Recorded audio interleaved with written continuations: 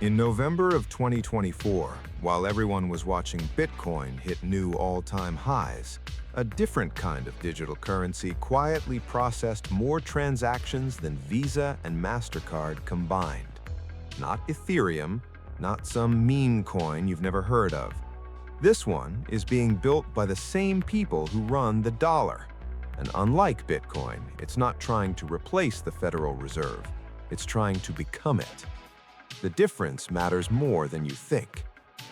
Here's what almost nobody outside financial policy circles seems to understand.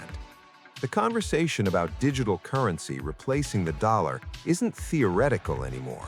It's not a Reddit debate or a libertarian fever dream. It's already happening. And the weird part is that the dollar itself is leading the charge. They're called central bank digital currencies, CBDCs, and if you haven't heard the term, you will. More than 130 countries are now researching or developing them. That's 98% of global GDP. China launched theirs in 2020. Europe is scheduled for 2025.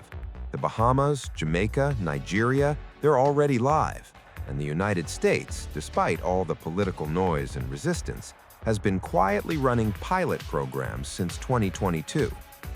But this isn't just about going cashless. We've been functionally cashless for years. This is about something deeper, something structural, a redesign of how money moves, who controls it, and what they can see when it does. You need to understand what's actually being built here, because the gap between what these systems promise and what they enable is where things get uncomfortable. Let's start with what a CBDC actually is. Right now, when you check your bank account and see a number, that's not really dollars, it's a promise. Your bank promises to give you dollars if you ask for them, and most of the time they can. But that money doesn't sit in a vault with your name on it. It's been lent out, invested, leveraged. The entire banking system runs on the assumption that everyone won't ask for their money at the same time.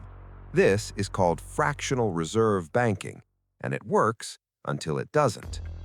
A central bank digital currency eliminates the middleman.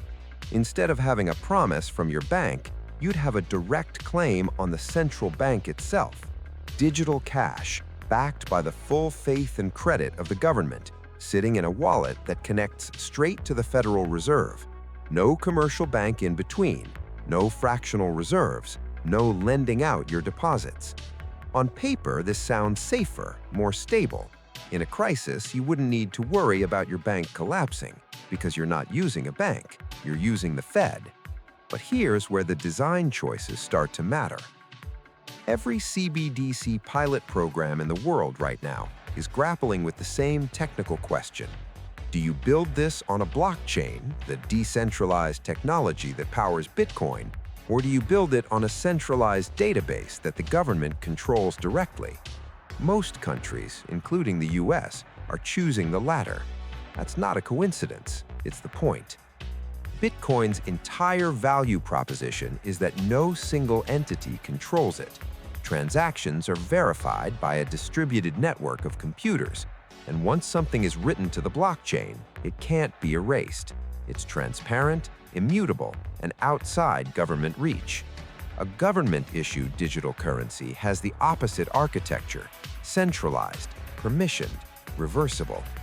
The central bank decides who can transact, when and under what conditions, and they can see every transaction in real time. This isn't a bug, it's the feature. China's digital yuan is the clearest example. It's programmable, meaning the government can attach rules to the money itself, expiration dates, spending restrictions, geographic limits.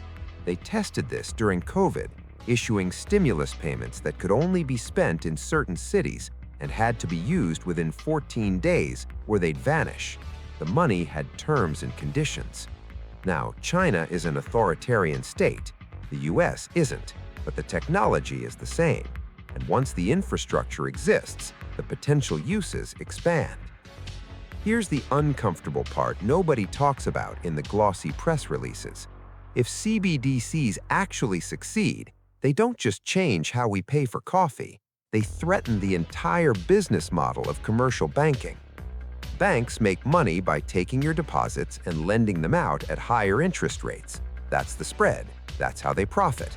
But if everyone moves their money from Chase or Bank of America into digital wallets backed directly by the Fed, those deposits disappear.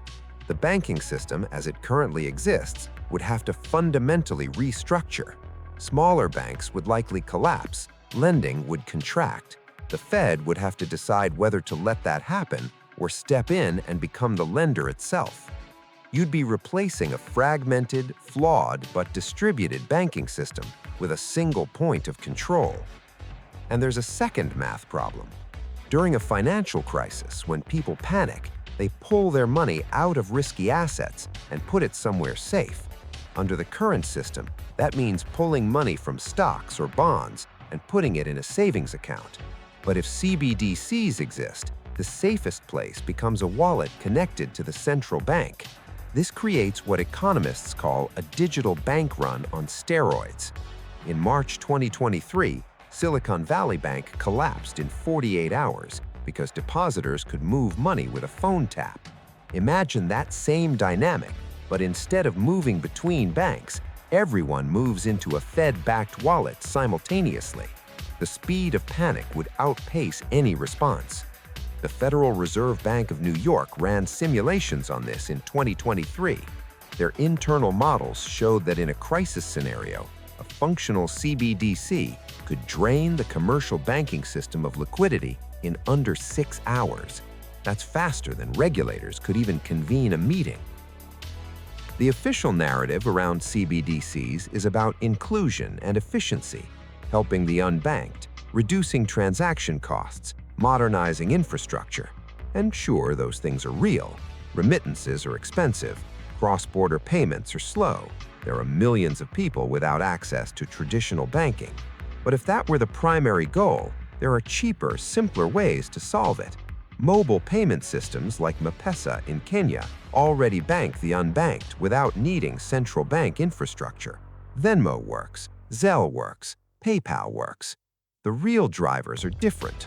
First, control over monetary policy. Right now, when the Fed cuts interest rates, they're hoping banks pass those cuts on to borrowers. Sometimes they do, sometimes they don't. With a CBDC, the Fed could set interest rates on digital wallets directly. Negative rates? Totally possible. Your savings could shrink automatically if the economy needed stimulus. Second, surveillance. Not in a dystopian sci-fi sense, but in a tax enforcement and anti-money laundering sense. The IRS estimates that $600 billion in taxes go unpaid every year, much of it from cash transactions that are hard to trace. A CBDC makes every transaction visible. You can debate whether that's good or bad, but it's clearly a motivation.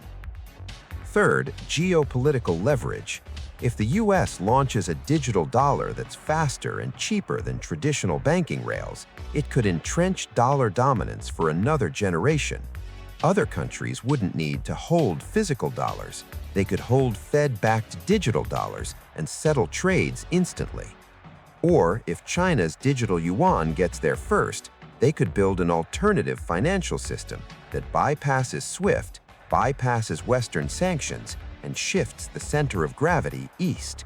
This is a race, and the prize is influence over the architecture of global finance for the next 50 years. The irony is hard to miss. Bitcoin was invented in 2009 as a response to the financial crisis, a way to opt out of the traditional system. No central banks, no bailouts, no trusted intermediaries, just code and consensus. It was supposed to be the alternative.